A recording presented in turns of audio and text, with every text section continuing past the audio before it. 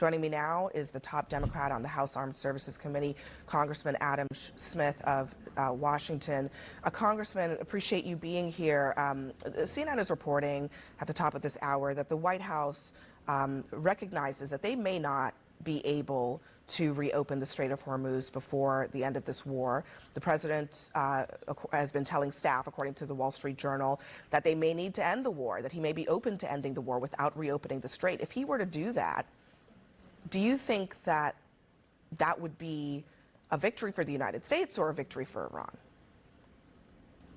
Well, clearly not. It would not be a victory for the United States. I mean, we entered this war with three big problems with Iran. Well, four, actually, but three that directly affected us. One, their pursuit of a nuclear weapon. Two, their ballistic missile program. And three, their support for terrorist organizations in the region. The fourth one was their brutality towards their own people. And now that we've entered this war, we have a fifth, and that is their chokehold on the Strait of Hormuz, which they had not exercised. I was listening to the comments earlier from the President and Secretary Hegseth about how, well, the rest of the world, you can just come get your own oil, make your own plans. You didn't help us. Well, the rest of the world will say, we had our own oil until you came in and blew the whole thing up and started a full-scale war in the Middle East. So, yes, that has exacerbated the problems, and now the challenge of getting a connection between our very successful bombing campaign, and there's no argument with the success of degrading the Iranian capability, connecting that to those four things. What does that do to stop Iran's nuclear program, stop their ballistic missile program, stop their support for terrorist groups, and reopen the Strait of Hormuz? The connection between those two things has not been linked. Now, Secretary Hegseth says we're negotiating a deal. We have sufficiently punched Iran in the face that they are going to capitulate. There is as yet no clear evidence that that's going to happen, and that's the dilemma we're in right now. So is it your view that the United States should cut its losses at this point and end the war, or should it continue? And if it continues, what should be the objective at that point? Well, that's the problem, and I've talked to a lot of people. I've spoken to some of the ambassadors from the Gulf states, and that's what they all say now is, look, you started it, please finish it. But then I ask, well, what do you mean by finish it? And they don't have a clear answer other than the hoped-for outcome that Iran ceases to be a malign actor in the region. But what are we going to do militarily that's going to get to that result? And that's what nobody has an answer for, and that's the concern. So what I think we ought to do, I think we ought to negotiate a ceasefire in the short term, because the impact on the global economy, I mean, we're talking about $4 a gallon gasoline here in the United States. Much of the rest of the world, they're running out of gasoline, period. Because as Secretary Hegseth correctly points out, most of the rest of the world is more dependent upon the Middle East that we just blew up.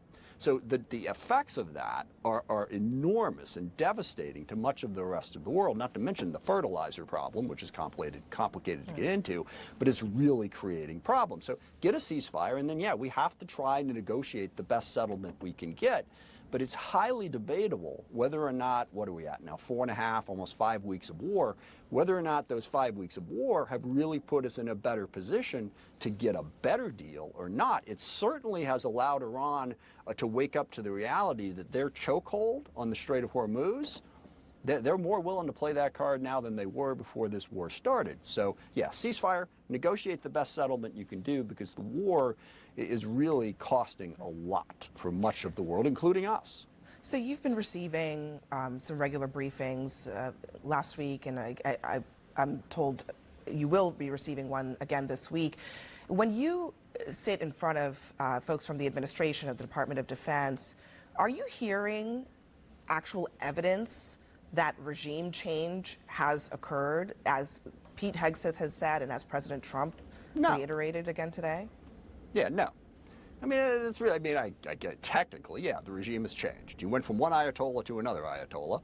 You know, a couple dozen leaders have been killed and replaced with a couple dozen other leaders. But in terms of any meaningful change in the policy of Iran, no, we have no evidence that that has clearly happened at this point.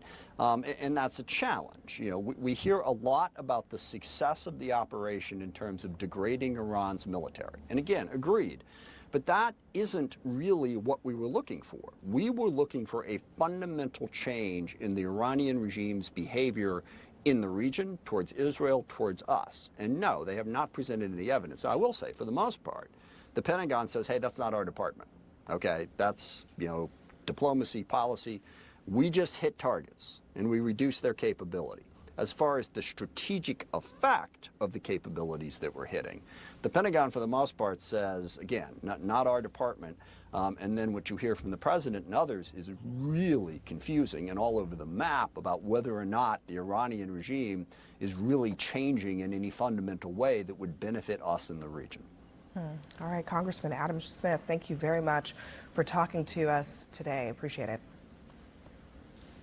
Thanks, Abby.